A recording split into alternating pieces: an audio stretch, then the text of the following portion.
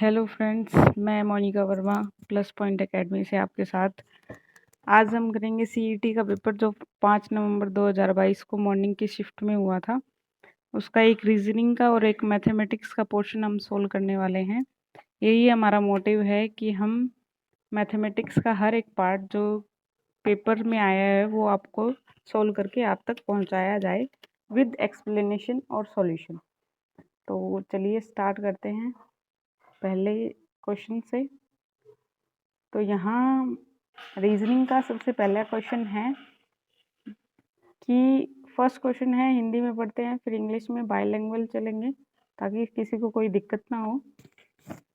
इसमें पहला क्वेश्चन ये है कि blunt is related to IBUTEN in the same way as sharp is related to. यहाँ 5 ऑप्शंस दिए गए थे जो हमें बताने हैं। तो देखिए यहाँ पे ब्लंट को लिखा गया है IBUTN। तो देखिए फ्रेंड्स, U है BLUNT। तो जो U है उसको बीच में ही रखा गया है और जो BL है उसको इंटरचेंज कर दिया गया है। मतलब U को बीच में, L को आगे, B को पीछे और फिर NT को लिखा गया है TN। ठीक है। तो जब हम शार्प को करेंगे, शार्प को अगर हम लिखते हैं तो शार्प को जब SH को HS लिखेंगे, A बीच में ही रह जाएगा और RP को PR। तो इस तरह हमारा ऑप्शन थर्ड करेक्ट हो जाता है। चलिए फिर नेक्स्ट क्वेश्चन पे चलते हैं।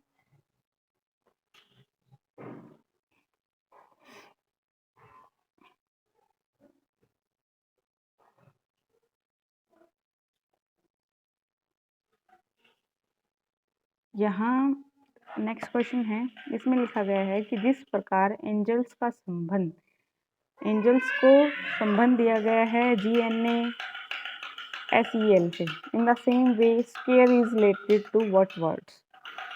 तो यहाँ जो एंजल लिखा गया है, देखिए उसको कैसे लिखा गया है।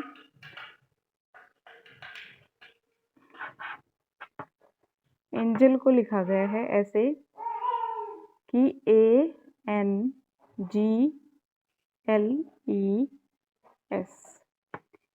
ठीक है दोस्तों, इसको कैसे लिखा गया है GNASEL।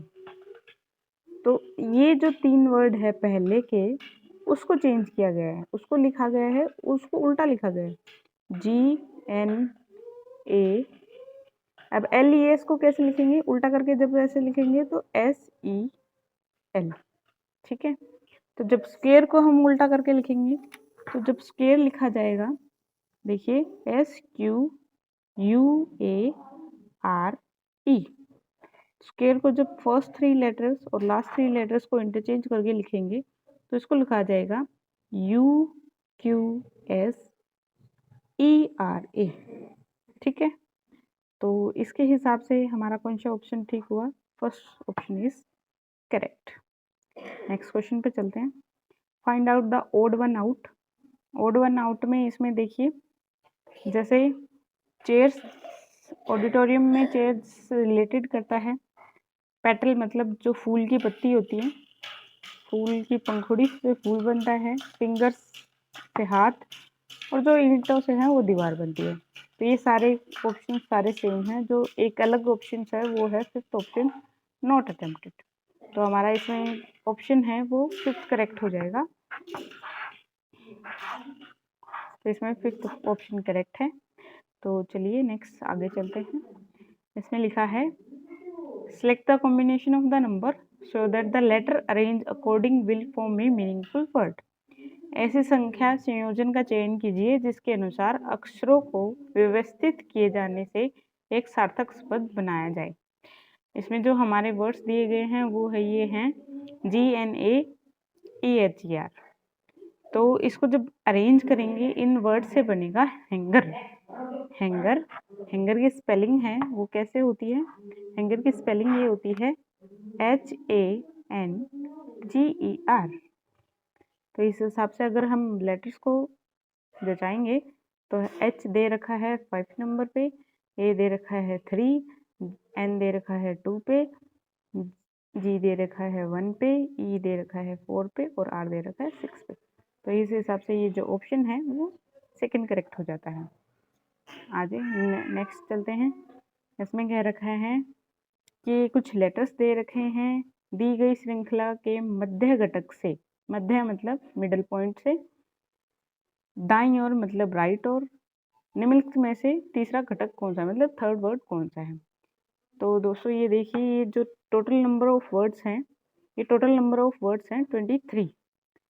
इनको जब काउंट करेंगे तो ये टोटल नंबर ऑफ वर्ड्स हैं ये है 23।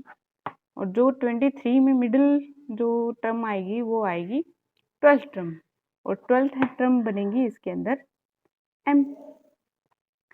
अब ये मिडिल टर्म है, मिडिल से इसने बोला है कि राइट में थर्ड टर्म्स कौन सी बनेगी, मतलब दाईं ओर तीसरी टर्म कौन सी बनेगी। तो एन है फर्स्ट, जे है सेकंड, एच है थर्ड। तो हमारा थर्ड वर्ड है वो बन जाएगा एच। तो इसके अनुसार फोर्थ ऑप्शन हमारा ठीक रहेगा। तो नेक्स्ट क्वेश्चन पे चलते हैं। इसमें लिखा गया है कि इनमें से भी हमें जो अलग नंबर है वो बताना है। Find the odd term out, मतलब इनमें से जो अलग है वो हमें पहचानना है। तो इसमें देखिए ये सिंपल सा क्वेश्चन है। इसमें ये लिखा गया है 5 1 जा 5, 5 3 जा 15, 5 4 जा 20 सॉरी, 5 5 जा 25। तो ये सारे के सारे 5 के मल्टीपल है। जो एक 5 का मल्टीपल जो नहीं है वो है 24। तो 24 ने नहीं है तो ये ओड वन आउट हो गया है। तो इसके अकॉर्डिंग हमारा थर्ड आंसर ठीक है। अब देखिए फ्रेंड्स नेक्स्ट क्वेश्चन क्या कहता है। नेक्स्ट सॉरी ये थोड़ा सा चेंज हो गया। तो इसमें लिखा गया है कि 3 स्टेटमेंट्स आर फॉलोड, 3 स्टेटमेंट हमें दी गई है बाय 3 कंक्लूजन्स, 3 कंक्लूजन के साथ। Take the statement to be true, उनमें से हमें जो स्टेटमेंट है उनको ट्रू मान के चलना है। Even if they seems to be variance from the commonly known fact, चाहे रियल लाइफ में कुछ भी हो। Decide which of the given conclusion logically follow from the given statement. इसमें स्टेटमेंट देखिए ये क्या कहता है। पहली स्टेटमेंट ये कहता है कि सम प्लेट्स आर स्पून। तो यहाँ पे मैं एक सर्कल लेके चलती हूँ, एक वेन डायग्राम का यूज करेंगे। इसमें कहता है कि मान लो ये सर्कल है, सर्कल्स में ये प्लेट है, ठीक है। तो कुछ प्लेट स्पून्स हैं, स्पून्स मतलब चम्मच हैं। तो अगर कुछ चम्मच इंटरसेक्शन में आएंगी तो ये चम्मच का पार्ट है, मतलब ये स्पून है। स्पून को लिखेंगे हम ऐसे। फिर कहता है कि सम बाउल्स आर प्लेट, कि कुछ बाउल्स प्लेट है। बाउल्स अब प्लेट भी हो सकता है और, लेकिन इससे पहले थर्ड स्टेटमेंट में देखिए क्या लिखता है कि ऑल स्पून्स आर बाउल, मतलब सारे चम्मच कटोरे हैं। तो सारे चम्मच जब कटोरे हैं तो इसका मतलब ये अपने अंदर कंटेन करेगा इसको। तो यहाँ लिख देते हैं। तो ये हैं बाउल्स हमारे। अब देखिए हमारी तीनों स्टेटमेंट ठीक होती है कि नहीं। देखो कुछ सम प्लेट्स आर स्पून, स्पून है, ये जो इंटरसेक्शन का पार्ट है ये आ गया है ये वाला। फिर सम बाउल्स आर प्लेट, ये देखो ये बाउल्स का पार्ट है, इसमें ये प्लेट्स इंक्लूडेड हैं। और जितने बस स्पून है वो किसके अंदर आए हुए हैं, बोल्स के अंदर कंटेन है। तो अब कंक्लूजन देखिए क्या मांगता है ये कंक्लूजन में। तो कंक्लूजन में कहता है कि some plate are bowl, some plate are bowl, ठीक है। सम क्या यहाँ पे तो ऑल है, तो ये स्टेटमेंट भी ठीक है। सम बाउल आर स्पून, कुछ बाउल है वो स्पून भी हैं, ये भी ठीक है। नेक्स्ट है वो कहता है कि कुछ चम्मच प्लेट हैं, कुछ स्पून्स हैं वो क्या हैं, प्लेट्स हैं। तो ये भी ठीक है। तो इसके अकॉर्डिंग हमारे ये तीनों ही ठीक है, तीनों ऑप्शंस करेक्ट हैं। तो देखिए इसमें ऑल 3 ऑप्शंस दिए हुए होंगे यहाँ पे। ये है हमारा फोर्थ ऑप्शन जो कि हमारा करेक्ट है। चलिए नेक्स्ट क्वेश्चन पे बढ़ते हैं। नेक्स्ट क्वेश्चन में क्या दिया गया है। इसमें कहा है कि which number will come in place of the question mark. Question mark में जो क्वेश्चन आया हुआ है उधर क्या फिल करें हम in the flowing numerical series, इस नंबर की सीरीज में। तो फर्स्ट जो हमारा नंबर है वो 27 है। 27 होता है 3 का क्यूब। देखिए यहाँ पे सोल्व करके दिखाते हैं इसको। पहला नंबर है 27 विच इज 3 क्यूब। दूसरा है 216 विच इज 6 क्यूब। थर्ड है 729 विच इज 9 का क्यूब। एंड देन नेक्स्ट जो बनेगा, जैसे 3 की टेबल चल रही है 3 6 9, तो नेक्स्ट जो नंबर आएगा वो आएगा 12 का क्यूब। 12 का मतलब क्यूब का मतलब 1729। इसका मतलब जो हमारा ऑप्शन है वो फर्स्ट करेक्ट हो जाता है। नेक्स्ट क्वेश्चन पे चलते हैं।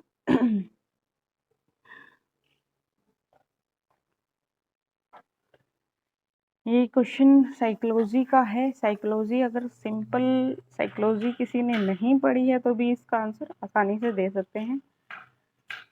देखिए इसमें ये लिखता है कि इस क्वेश्चन में you are the owner of a restaurant. आप किसी रेस्टोरेंट के ओनर हैं। One of the young boy meet with a minor accident while rushing to deliver the food in time. ये कहता है कि कोई आपका डिलीवरी बॉय है, उसका माइनर सा एक्सीडेंट हो जाता है जब वो डिलीवर करना जाता है फूड को, तो ही नीड रेस्ट फॉर 5 डेज। उसको 5 डेज का रेस्ट चाहिए, मतलब 5 दिन के लिए आराम की आवश्यकता है। Which of the following action you will take. तो आप कौन सा एक्शन लेंगे। सबसे पहले इसमें नेगेटिव पॉइंट्स को निकाल दिए जाते हैं, जैसे किसी को निकालना, किसी को निलंबित करना, किसी को दंड देना, ये है इसमें इंक्लूडेड नहीं होता। तो जो होता है वो सिर्फ बेस्ट ऑप्शन वही होता है जिसमें हम किसी का साथ दें कैसे भी। तो फर्स्ट है वो कहता है कि you will terminate him from the service. तो ये गलत है, आप उसे नौकरी से निकाल देंगे नहीं। आप उसे 5 दिन के लिए निलंबित कर देंगे नहीं। आप उसे 5 दिन के लिए बिना वेतन छुट्टी पर जाने के लिए कहेंगे नहीं। आप उसे 5 दिन का सवेतन अवकाश देंगे और उसके चिकित्सा व्यय का भी भुगतान करेंगे। तो ये सबसे बेस्ट ऑप्शन है। वैसे तो थर्ड ऑप्शन भी हो सकता है, लेकिन इससे भी बेस्ट ऑप्शन दे रखा है फोर्थ, तो हम चूज करेंगे फोर्थ को। तो फोर्थ ऑप्शन इज करेक्ट। चलिए नेक्स्ट क्वेश्चन पे चलते हैं। इसमें कहते हैं कि देखिए ABCDEF 6 persons आर इंक्लूडेड, 6 व्यक्ति हैं। C D से बड़ा है। तो यहाँ पे हम एक चार्ट सा बनाते हैं उसके अकॉर्डिंग। यहाँ लिखा गया है C is greater than D, मतलब C ग्रेटर का साइन मतलब बड़ा है। C D से बड़ा है। A सबसे छोटा है, तो मैं यहाँ सबसे छोटे वाले को सबसे लास्ट में लिख देती हूँ। B और D की आयु बराबर है। तो एक बार इसको पोज करते हैं, देखते हैं कि ये पीछे साइड आएगा या आगे की साइड आएगा। देखिए इसमें कहा है कि B और D बराबर हैं, तो D के बराबर कौन है, B। यहाँ B लिख दिया मैंने। फिर इसमें लिखा गया है B E से बड़ा है, तो यहाँ E आएगा। मैं थोड़ा सा इरेज कर देती हूँ ए को, थोड़ा स्पेस कम है ताकि बीच में E आ सके। ये E आया है, ए तो सबसे छोटा है ही। फिर इसने कहा है C F से छोटा है, यहाँ F आएगा। तो B से बड़ा बड़ा कौन है। ये देखिए B और D तो बराबर है, लेकिन इसमें पूछा गया है कि B से बड़ा कौन है। तो B से बड़े कौन आएंगे, C और F। इसके अकॉर्डिंग जो ऑप्शन है वो fourth is correct. Next question पे चलते हैं। इसने कहा है कि which number will replace x in the given numerical series. इस न्यूमेरिकल सीरीज के अंदर हमें x की वैल्यू बतानी है कि x की वैल्यू क्या आएगी। तो देखिए 0 7 26 x 124 215। तो 0 is even number, odd even odd. तो ओड नंबर कौन सा है हमारे पास, 63। तो 63 is the right answer. Next question पे चलते हैं। इसमें एक वर्ड दिया गया है, इसमें ये कहा है कि इन 5 ऑप्शंस में इस वर्ड में से अगर हम चूज करके चलें, मतलब सिलेक्ट करके चलें, तो कौन सा वर्ड कंप्लीटली बन सकता है। तो देखिए, सुपरविजन के अंदर जो वर्ड्स इंक्लूडेड किए गए हैं वो है SUPERVISION। तो जब फर्स्ट वर्ड हम देखते हैं रिजाइन के अंदर यहाँ पे जी यूज किया गया है। थोड़ा सा जूम करके दिखाती हूँ मैं आपको। देखिए, रिजाइन के अंदर यूज किया गया है जी, तो जी यूज किया गया है, लेकिन जी तो इसके अंदर है ही नहीं, तो ये फर्स्ट ऑप्शन गलत हो गया। नेक्स्ट है पॉइजन में पी भी है, सुपरविजन के अंदर ओ भी है, आई भी है, एस भी है, लेकिन इसके अंदर 2 बार ओ यूज किया गया है, लेकिन सुपरविजन के अंदर सिर्फ एक ही बार है, तो ये ऑप्शन भी गलत हो जाता है। थर्ड है रिविजिट में सब कुछ ठीक है, REVISI सब कुछ है, लेकिन टी नहीं है, तो टी के कारण ये थर्ड ऑप्शन भी गलत हो जाता है। फोर्थ ऑप्शन चेक करते हैं। एन है, ई है, आर भी है, वी भी है, ओ भी है, यू भी है और एस भी है, तो इसका मतलब ये फोर्थ ऑप्शन करेक्ट हो जाता है। ये फोर्थ ऑप्शन को हम ठीक करके चलेंगे।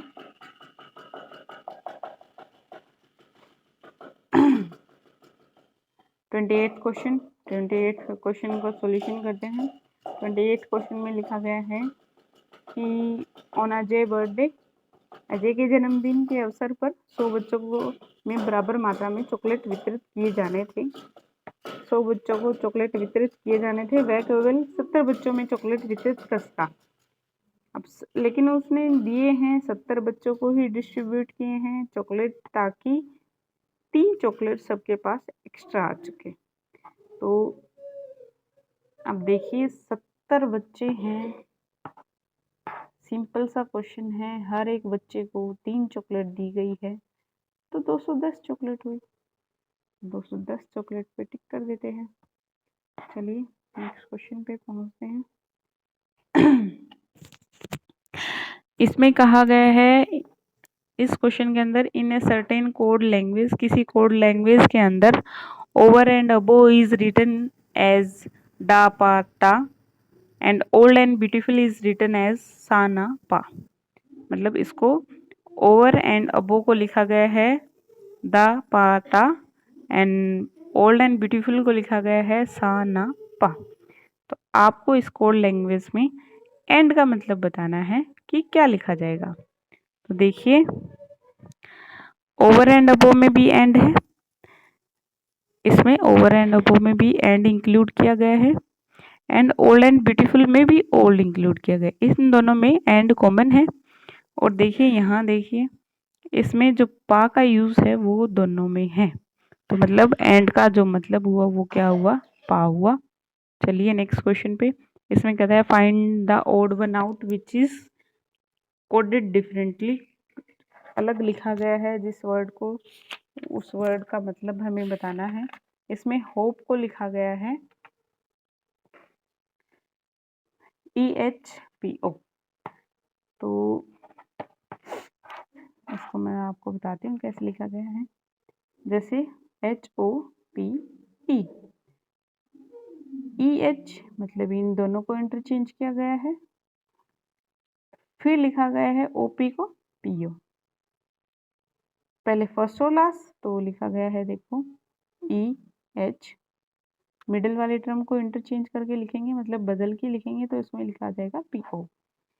ठीक है, ये यूज किया गया है। सेकंड ऑप्शन में देखते हैं, देखिए T और ET, UN को NE, ठीक है ये भी, लेकिन हमें और ढूंढना है। मोर में देखिए, फर्स्ट और लास्ट वर्ड हैं जो M और E है, इसको लिखना चाहिए था E और M, बट ये नहीं लिखा गया, इसका मतलब ये ही ओड वन आउट है। इसका मतलब जो हमारा ऑप्शन है वो बिल्कुल थर्ड ऑप्शन करेक्ट हो जाता है। तो थर्ड ऑप्शन के साथ चलेंगे, जो थर्ड ऑप्शन है वो हमारा क्या है, करेक्ट ऑप्शन है। चलिए नेक्स्ट क्वेश्चन पे चलते हैं। इस क्वेश्चन में ऐसे लिखा गया है कि इसको क्लोजेस्ट अप्रोक्सीमेशन, निकटतम मान की तरफ हमें लेके जाना है, क्या वैल्यू हमारी बनेगी।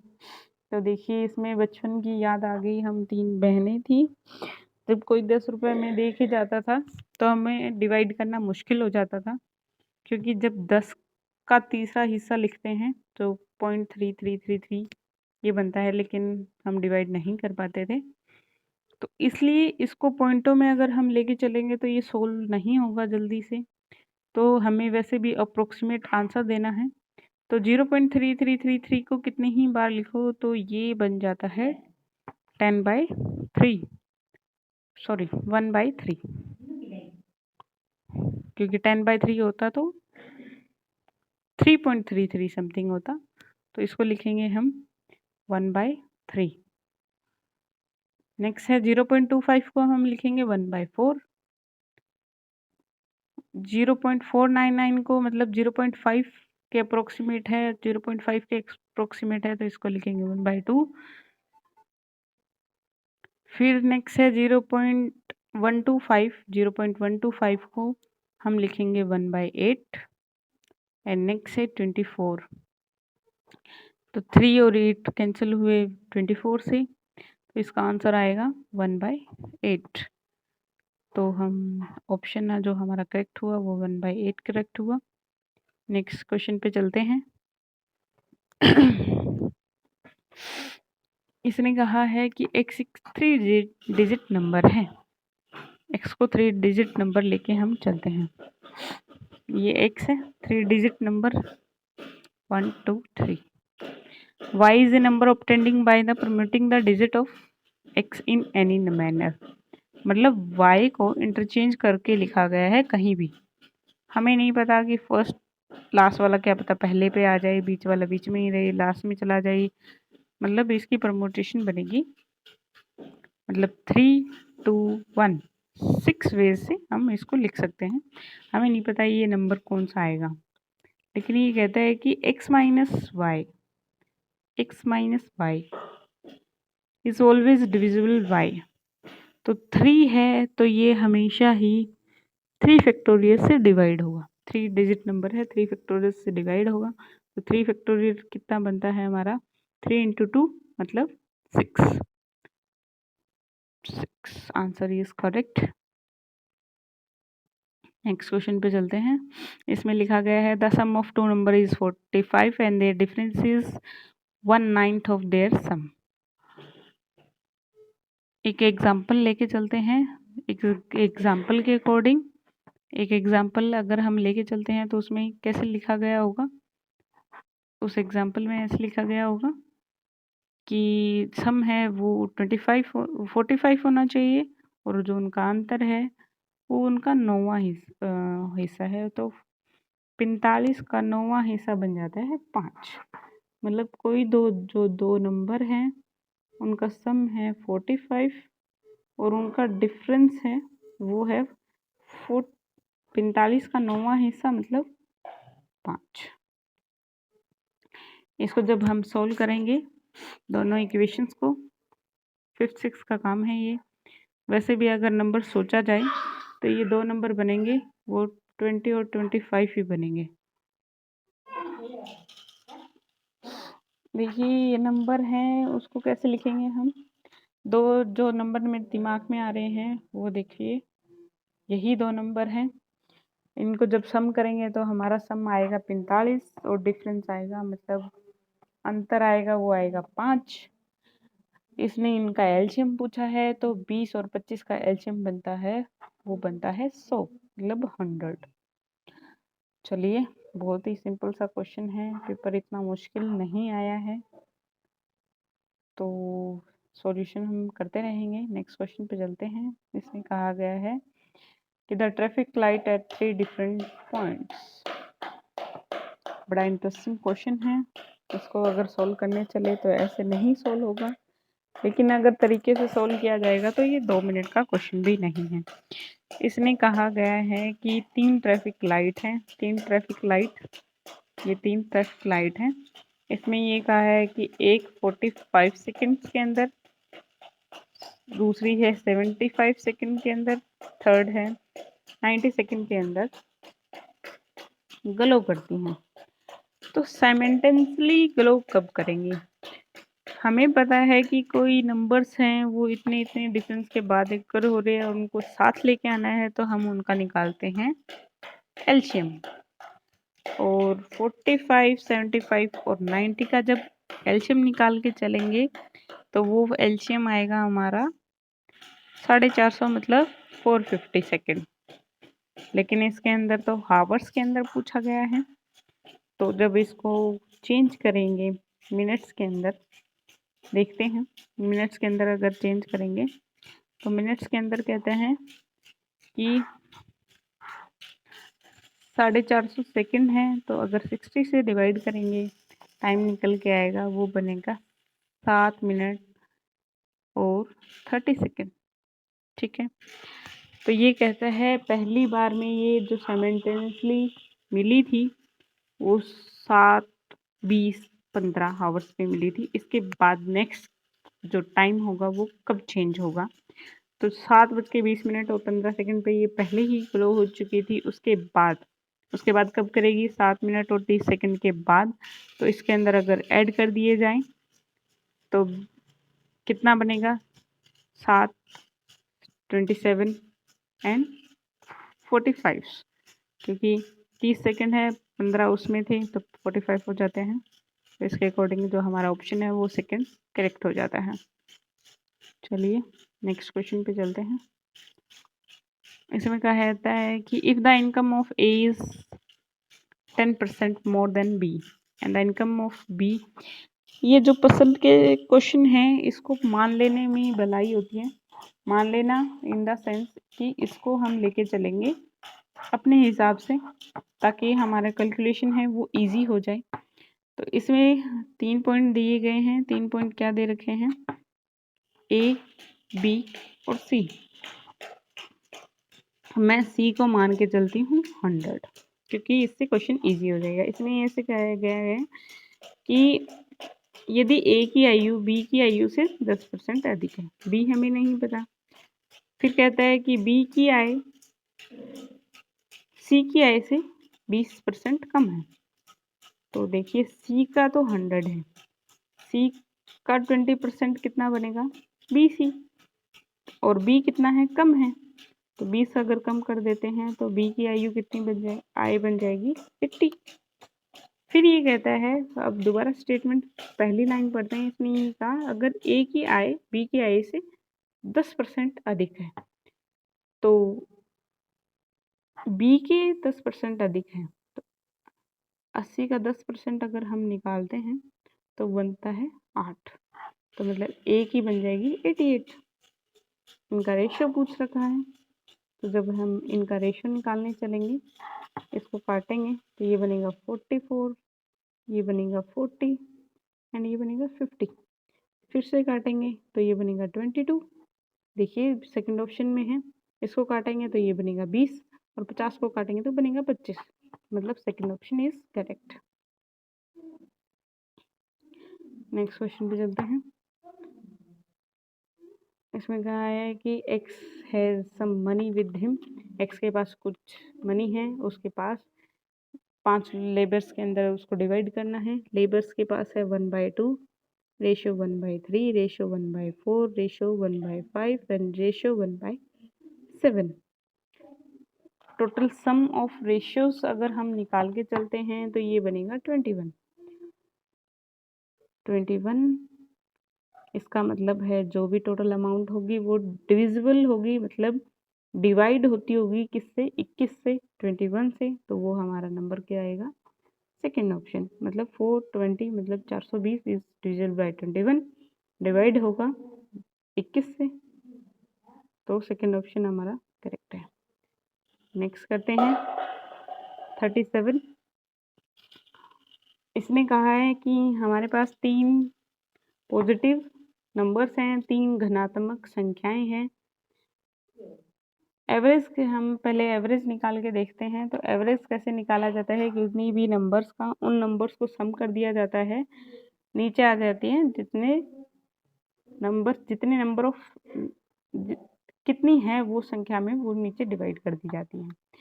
अब ये 3 पॉजिटिव नंबर्स हैं, तो अगर 3 पॉजिटिव नंबर का ऐड करके चलेंगे तो तीनों को ऐड करके डिवाइड बाय 3। ठीक है, तो इसके अकॉर्डिंग ये कहता है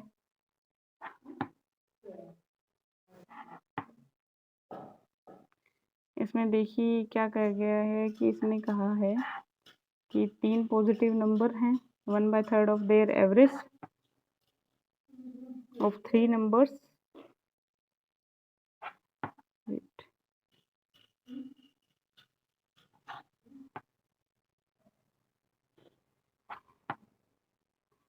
इसने ये कहा है there are 3 positive number, 1/3 of the average of all 3 numbers is 8।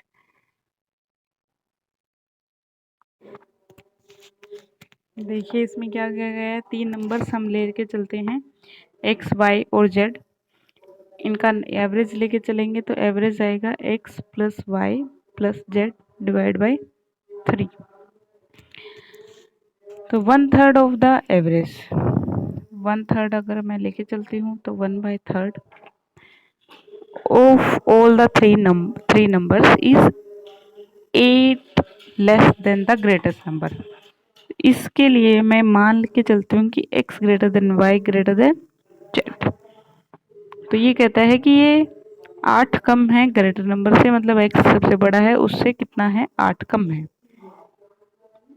तो इसको जब सोल्व फिर कहता है कि average of smallest and second smallest, सबसे छोटा है z, उससे थोड़ा सा बड़ा है y, इन दोनों का एवरेज है वो 8 है, मतलब y plus z by 2 equal to 8।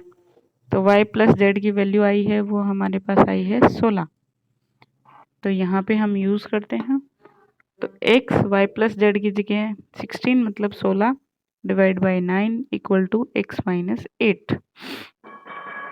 तो इसको सोल्व करेंगे तो x plus 16 equal to 9x minus 72। इसको फिर से सोल्व करेंगे तो यहाँ 8x आ जाएगा और 16 72 से ऐड करके चलेंगे तो ये बन जाएगा 88। 8x इक्वल टू 88, इसका मतलब हमारा आंसर कितना बन जाएगा 88 इक्वल टू 8x। तो x की जो वैल्यू आएगी वो आएगी 88/8 मतलब 11। 11 is the right answer. Next question पे चलते हैं। ये क्वेश्चन कहता है 38 क्वेश्चंस।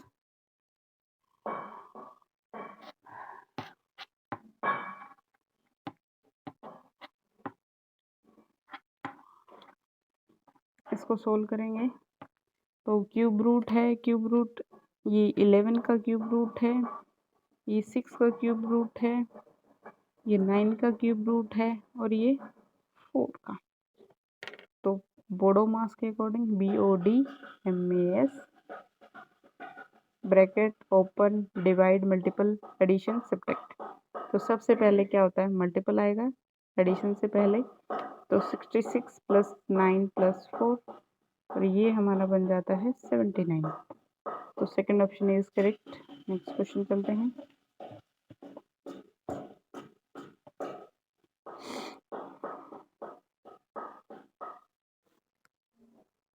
चलिए नेक्स्ट क्वेश्चन क्या कहता है, इसमें ये कहा गया है कि एक प्लाट को 18,700 रुपये में बेचने पर इसके मालिक को 15% की हानि होती है। 15% लाभ के लिए वह प्लाट को कितने में बेचे। तो देखिए इस मैंने आपको पहले ही कहा था कि अगर परसेंट का कोई क्वेश्चन है तो उसको हम 100 से लेके चलेंगे। तो हम मान लेते हैं जो उसका ओरिजिनल प्राइस है वो कितना है, 100 है। इसने कहता है कि 15% हानि पे, 100 का 15% होता है 15, हानि मतलब 85% हो गया उसका। 85% किसके बराबर है, 18,700 के बराबर। मतलब 85% है वो है 18,700 के बराबर। तो 1% कितना हो गया इसका, जब इसको डिवाइड करेंगे तो हमारा परसेंट आ जाएगा, 1% आ जाएगा 220 220 के बराबर। तो लेकिन वो कहता है कि वो मालिक है वो 15% लाभ से बेचना चाहता है।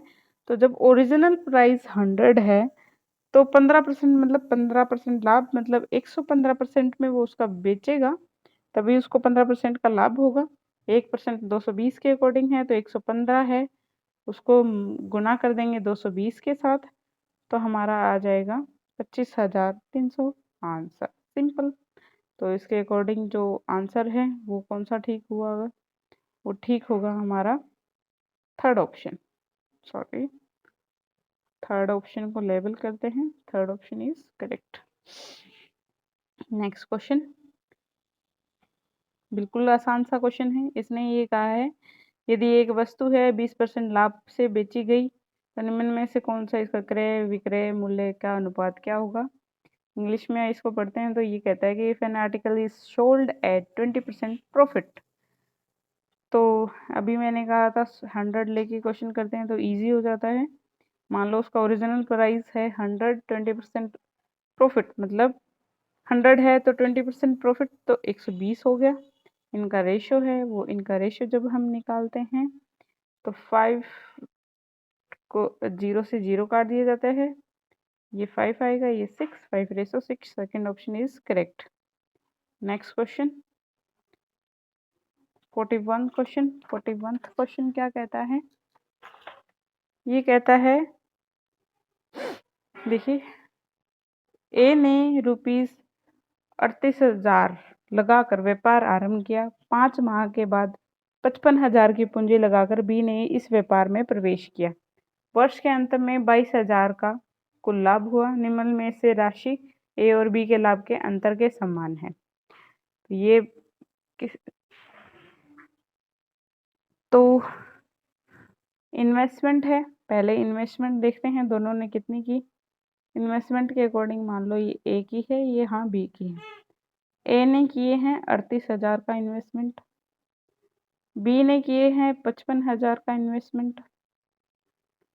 लेकिन ए ने पहले ही काम शुरू कर दिया था तो साल के अंत में उसको तो 12 महीने हो जाएंगे, लेकिन बी ने तो 5 महीने बाद किया है तो इसने लगाए हैं 7 महीने। रेशो के अकॉर्डिंग अगर मैं सोल्व करती हूँ तो ये 30 से 30 कट कर देते हैं। तो अब जो टोटल प्रॉफिट है, प्रॉफिट जितना इन्वेस्टमेंट, जिस परसेंट पे जितने रेशो में हम उन्होंने इन्वेस्टमेंट किया है उसी रेशो में उनको प्रॉफिट मिलेगा। तो इसको मल्टीप्लाई करते हैं 38 को 12 से, मतलब 38 को 12 से, ये आ जाएगा 456 और ये आ जाएगा 385। ठीक है, मतलब 7 महीनों के लिए 12 महीने के लिए टोटल हमने ये निकाल लिया है। तो दोनों का सम बनेगा 838, क्योंकि प्रॉफिट तो दोनों का है ना। तो प्रॉफिट एक बारी मैं बैक कर देती हूँ सबको। प्रॉफिट है वो कितना है हमारे पास 22,000, टोटल है 841। इन्होंने पूछा है डिफरेंस, तो डिफरेंस आएगा उनका 71। 456 और 385 का डिफरेंस है वो 71 है। इसको जब हम सोल्व करेंगे तो वो आ जाएगा 1857। ठीक है, इसके अकॉर्डिंग ऑप्शन हुआ थर्ड करेक्ट। नेक्स्ट क्वेश्चन करके चलते हैं। सिंपल सा क्वेश्चन 9th 10th का क्वेश्चन आता है। इसके अंदर ये लिखा गया है कि कॉस्ट ऑफ सॉलिड सिलेंडर की रेडियस है वो दे रखी है 14, हाइट दे रखी है 3.5, कॉस्ट ऑफ मेटल पर मीटर क्यूबिक। अब ये देखिए, अगर सेंटीमीटर स्क्वायर लिखा होता तो सरफेस एरिया निकालना होता, सेंटीमीटर क्यूबिक दिया होता है तो इसका मतलब वॉल्यूम निकाला होता है। इसमें क्यूबिक में आंसर पूछ रखा है, वैसे तो इसके अंदर दे नहीं रखा कि हमें उसके अंदर कॉस्ट पेंट करने के लिए दिए है या भरने के लिए दिया गया है। तो क्यूबिक से हम अंदाज़ा लगाएंगे कि उसको वॉल्यूम पूछा गया है, क्वेश्चन इनकम्प्लीट है। तो इसके अकॉर्डिंग फिर हम जब क्वेश्चन पुट करते हैं तो देखिए, आर इसमें दे रखी है 14 मीटर, हाइट दे रखी है, चेंज करने की ज़रूरत नहीं क्योंकि सभी मीटर में दे रखे हैं। तो जो वॉल्यूम बनेगी वो पाई आर स्क्वायर एच, पाई मतलब 22/7, आर 14 × 14, एच 3.5। इन सबको जब सोल्व करेंगे 3.5 पाई आर स्क्वायर एच को, ये बनेगा 2156 मीटर क्यूबिक। लेकिन 1 मीटर क्यूबिक पे जो पैसे लगे हैं वो 50 लगे हैं, तो 2156 पे कितने लगेंगे उसको 50 से मल्टीप्लाई कर देंगे, तो ये हमारा बनेगा 107,800 मल्टीप्लाई करने के बाद। तो सेकेंड ऑप्शन इज करेक्ट।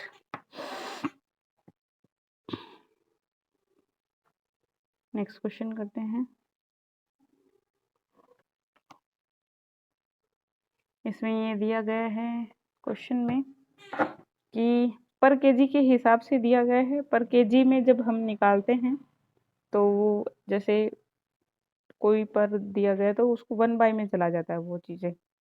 तो इसने कहा टी की मतलब चाय की जो है वो 1/26 है, 1 केजी जो का हिसाब है वो 126 है, अगला है 135।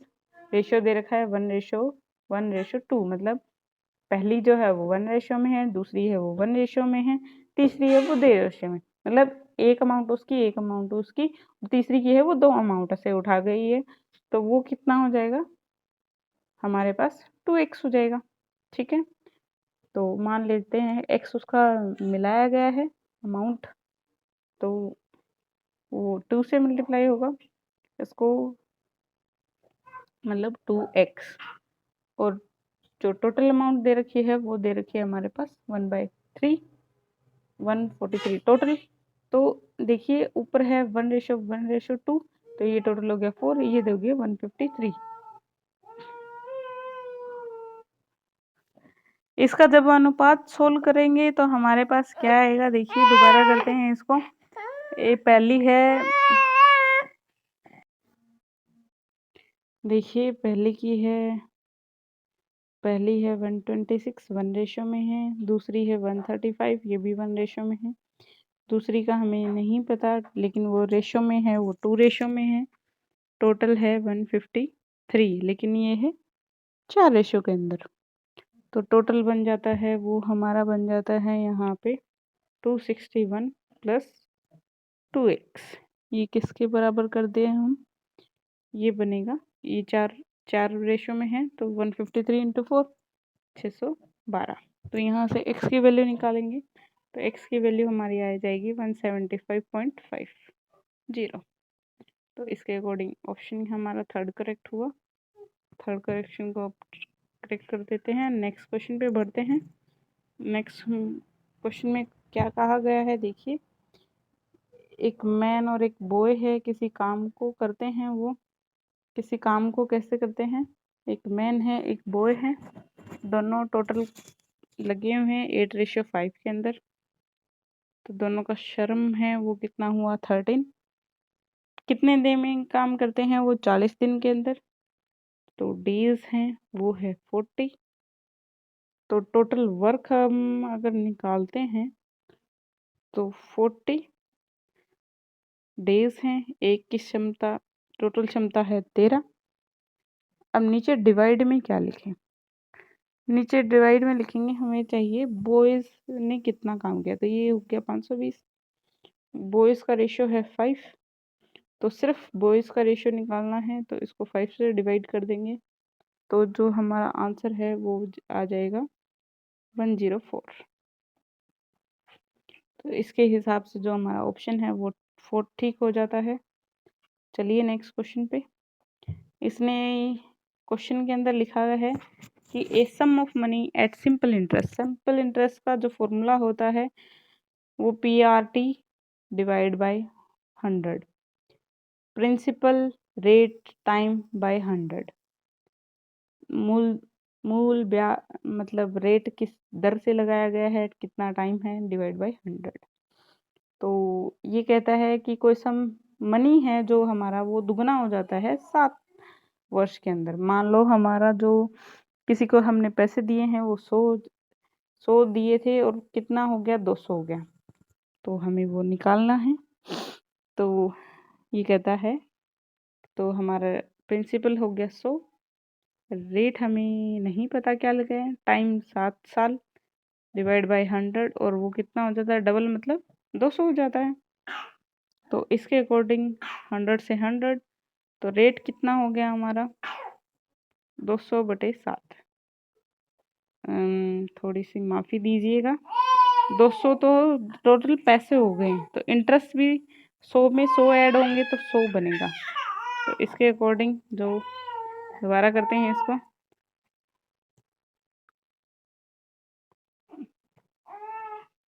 100 RT डिवाइड बाई 100, और जो हमारा इंटरेस्ट है वो भी 100 हो गया, तभी पैसे डबल हुए होंगे।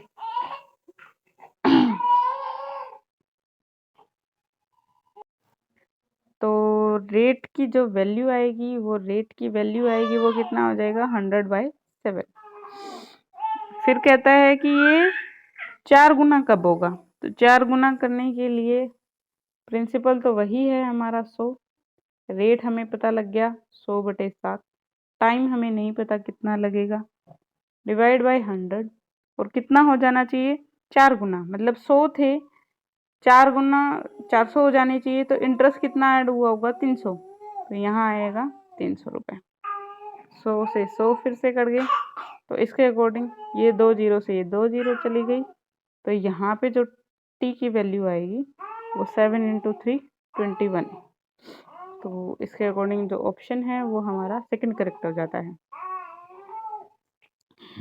तो चलिए दोस्तों, ये हमारा पेपर था CET हरियाणा में जो मॉर्निंग शिफ्ट का हुआ था। इसमें हमने रीजनिंग और मैथमेटिक्स को सॉल्व किया है, और दूसरे सेक्शंस के भी सॉल्यूशंस ऐड हैं, उसके लिए हमें लाइक, सब्सक्राइब और हमारा मोटिवेशन बढ़ाते रहिए।